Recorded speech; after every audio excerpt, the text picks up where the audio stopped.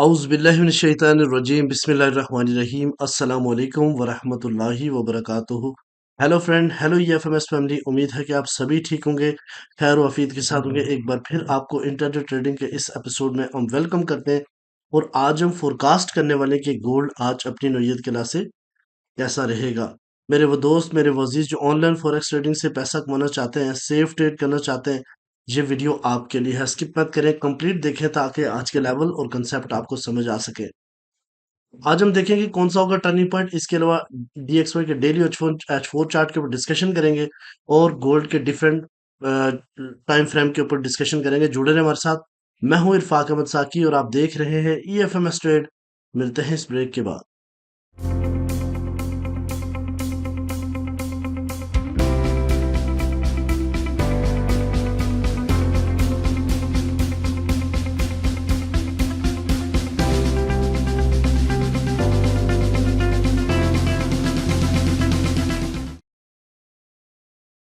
Welcome friend, अगर आप new हैं और अभी तक आपने हमारा चैनल ईएफएम स्ट्रेट सब्सक्राइब नहीं किया तो सबसे पहले चैनल को सब्सक्राइब कर लें, बेल आइकन पे क्लिक कर लें ताकि रोजाना की अपडेट आपको मिले, उसी टाइम वीडियो देखें और ट्रेड को प्लान कर सके। इसके अलावा गाइस, अगर आप चाहते हैं कि आप सीख के हमारा कोर्स करें और सीख के आप फॉरेक्स ट्रेडिंग में आए तो इसके लिए आपको आना पड़ेगा हमारे 6th बैच में, ताकि आपकी ट्रेडिंग जर्नी बहुत बेहतर हो सके और कोई भी ट्रेड लेने से पहले आपके पास 3 से 4 इंपॉर्टेंट कंफर्मेशन होने, ताकि आपकी जो ट्रेड जर्नी है वो कामयाबी से कामयाब हो। इसके लिए क्या करना पड़ेगा जी, आपको डायरेक्टली हमारे सपोर्ट टीम से कनेक्शन बनना पड़ेगा और हम हमारी टीम गाइड करेगी कि आप किस तरीके से 6 बैच में आ सकते हैं। इसके अलावा गाइज, अगर आप चाहते हैं कि हमारी प्रीमियम और स्विंग का हिस्सा बने तो आप हमारे इस नंबर पे मैसेज कर सकते हैं और बिल्कुल फ्री है। अच्छा, चलें जी, सबसे पहले आज के इवेंट के ऊपर चलते हैं। जैसे कि गाइस, आपको पता है कि रात को डोनाल्ड ट्रंप की स्पीच थी और काफ़ी इम्पोर्टेंट अपडेट हुई है। और इससे पहले भी मैं आपको बताता चलूँ, जैसे सीपीआई हो गई, उसके अलावा आपने देखा पीपीआई का डाटा और उसका अनएम्प्लॉयमेंट क्लेम्स और मोस्टली डाटा जो है ना वो पॉजिटिव देखने को मिले। लेकिन इसके बावजूद गोल्ड जो है ना वो रुकने का नाम नहीं ले रहा। इसकी रीजन सबसे पहले सेंटीमेंट्स है। प्रेसिडेंट जो डोनाल्ड ट्रंप है, उनकी स्पीच है, उन पर जो टैरिफ्स अप्लाई कर रहे हैं डिफरेंट कंट्रीज के ऊपर तजारत के लिए, वो उनकी हिट अप है जिसके इन्फ्लेशन मजीद बढ़ने के चांसेस है और जिसकी वजह से डॉलर्स वीक हो रहा है और गोल्ड को मजीद सेफ हेवन के तौर पे समझा जाता है और वो मजीद अपसाइड की तरफ मूव कर रहा है।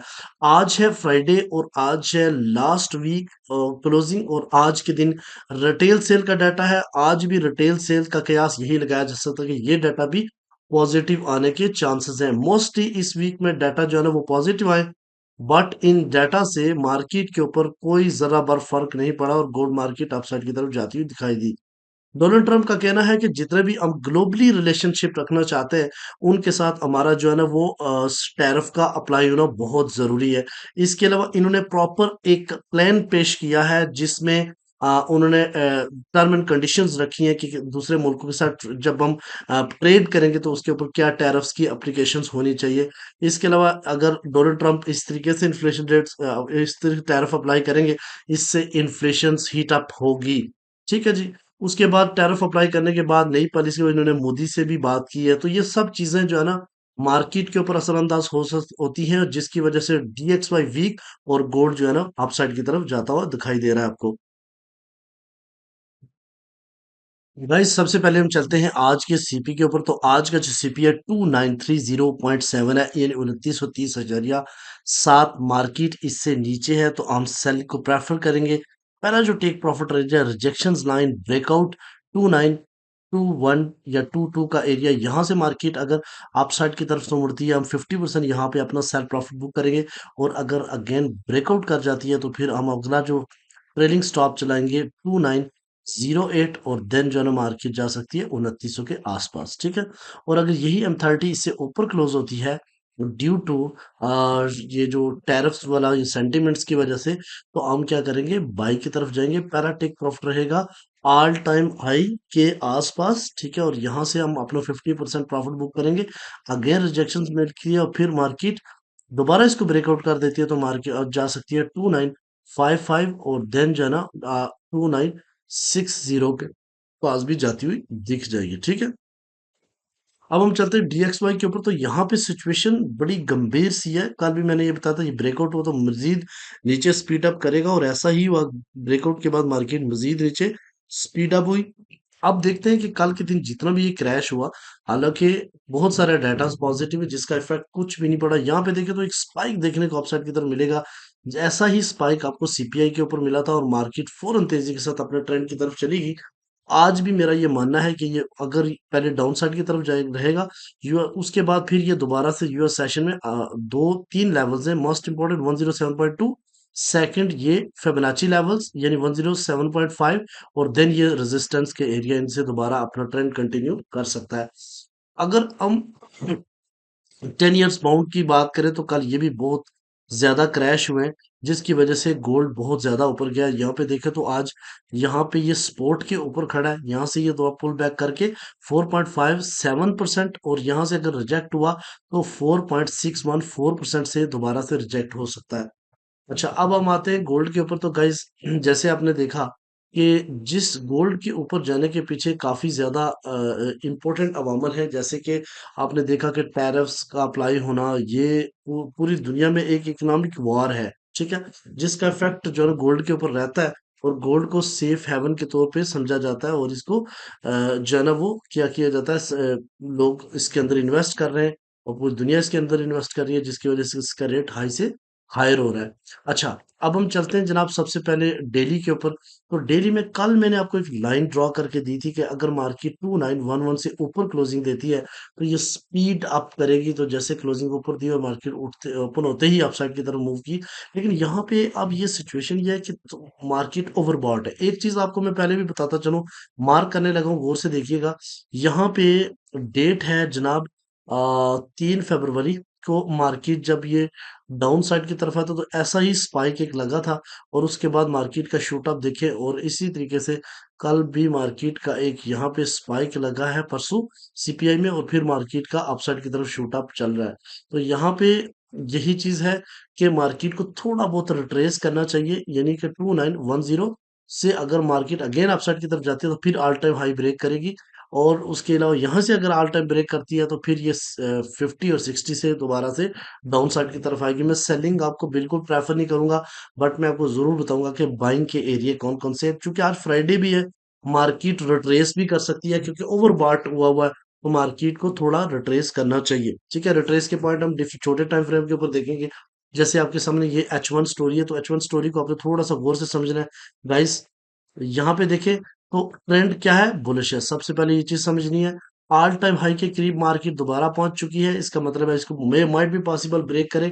इस वक्त 65% बाइंग प्रेशर है, और थोड़ा बहुत मार्केट में इस टाइम जो है ना इस करंट बार में सेलिंग वॉल्यूम आ रहा है। ठीक है, और अगर ये हमारी मार्केट बेरिश इनगल्फिंग बनाती है, कल भी मार्केट ने एक स्ट्रॉन्ग किस्म की बेरिश इनगल्फिंग बनाई और उसको फिर फेल कर दिया, और एक स्ट्रॉन्ग कैंडल के साथ ये जो लेवल था 22 वाला, इसको ब्रेक करके ब्रेकआउट कर दिया, और इसके नीचे एक फेयर वैल्यू गैप भी छोड़ा। मेरा ये मानना है कि मार्केट में जो पहली बाइंग अपॉर्चुनिटी आज आपको मिल सकती है, वो इस जगह से मिल सकती है, क्योंकि ब्रेकआउट स्ट्रक्चर भी है, फेयर वैल्यू गैप भी है, और इस जगह से यानी 2920, 2916 और 2913 से आपको बाइंग अपॉर्चुनिटी मिल सकती है। और अगर इसके नीचे मार्केट आती है तो ये जोन आपके सामने है 2918 और 6 का, और उसके नीचे 2901 और 2894 का जोन भी मौजूद है। और इसके अलावा ये बहुत ही जबरदस्त जोन है 2886 और 2879 का। ठीक है, यहाँ पे लिक्विडिटी भी ग्रैप हुई हुई है, और यहाँ से काफी ज्यादा मार्केट जो है ना प्रेशर में गई हुई है, ये स्ट्रॉन्ग बाइंग बन सकता है। ठीक है, उसके अलावा अगर इसको नीचे देखें तो 2866 और 2863 का एरिया भी आपके लिए डिमांड एरिया है। तो ये जितने मैं डिमांड एरिया बता रहा हूँ इनका स्क्रीनशॉट ले लें। यहाँ पे मार्केट आती है तो आप बाय रीजन देखें, और उसके अलावा अपनी ट्रेड को एग्जीक्यूट करें। ठीक है, उसके अलावा गाइस अगर मार्केट कोई यहाँ पे यानी 2600 से 2900 से नीचे कोई चेंज ऑफ करैक्टर बड़े टाइम फ्रेम पे देता है, तो फिर हम देखेंगे कि सेलिंग की पॉसिबिलिटी बनती है, और उससे पहले पहले हम सेल नहीं करेंगे। अब ये जो एरिया है 2936 0.5 से लेके ऑल टाइम हाई, इस एरिया में आप अपना बाय का प्रॉफिट बुक करें। और इसके अलावा अगर इसको ब्रेकआउट कर जाता है अपसाइड की तरफ और दोबारा से उसी डायरेक्शन में H1 क्लोज होती है, तो फिर आप अगेन या फिर इसके ऊपर बाय स्टॉप का भी इस्तेमाल कर सकते हैं। जैसे कल मैंने ग्रुप के अंदर मेंशन किया था, बाय स्टॉप इस्तेमाल करें, और जिन लोगों ने किया उन्होंने भरपूर प्रॉफिट बनाया होगा। अब हम H4 के ऊपर देखते हैं, तो H4 में आप सिचुएशन देखिए कि 1 2 3 4 बार मार्केट रिजेक्ट होती है इस वाले एरिया से, 2922 के एरिया से। और ये एक स्ट्रॉन्ग रेजिस्टेंस है जिसको एक स्ट्रॉन्ग कैंडल ने, यानी ट्रम्प की स्पीच के दौरान ये कैंडल जो है ना ब्रेकआउट हुई और फिर अपसाइड की तरफ क्लोजिंग दी। न्यू क्लोजिंग देखे तो मार्केट अब अगर ये हैमर कैंडल बनाती है और फिर इसके बाद अगली कैंडल इससे नीचे यानी क्लोज हो जाती है 2914 से, तो फिर market in fair value gap को मीट कर सकती है और इन एरिया को टच कर सकती है। ठीक है, अब हम लेवल्स देख लेते हैं गाइस। तो लेवल्स जो है वो सबसे पहले सपोर्ट जो है ना वो 2922 का एरिया, सेकंड सपोर्ट 2909, और थर्ड 2894 और 2890 का एरिया एज ए सपोर्ट है। रेजिस्टेंस मार्केट की ऑल टाइम हाई, ठीक है, 42 का, और सेकंड वन 2953, और थर्ड वन 2960 और 2964 का एरिया है। तो मार्केट के अंदर इस टाइम स्ट्रॉन्ग किस्म का एक बुलिश ट्रेंड कंटिन्यू है, लेकिन इस वक्त वो थोड़ा सा मार्केट को रिट्रेस करके मजीद अपसाइड की तरफ जाना चाहिए। तो रिट्रेस देखते हैं कितना मार्केट कर सकती है। आई होप कि आज की वीडियो भी आपके लिए काफी इंपॉर्टेंट साबित होगी। मिलते हैं नेक्स्ट वीडियो में। अपना रखिएगा बहुत सारे हाल। अल्लाह हाफिज।